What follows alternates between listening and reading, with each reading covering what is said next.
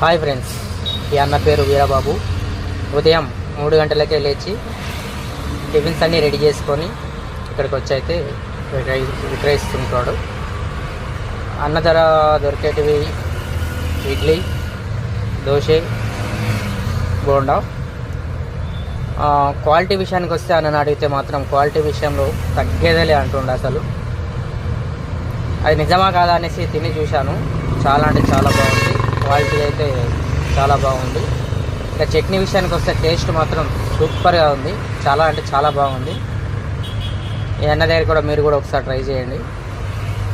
ఈ అన్న దగ్గర దొరికే వచ్చి దోశ, ఇడ్లీ, బోండా.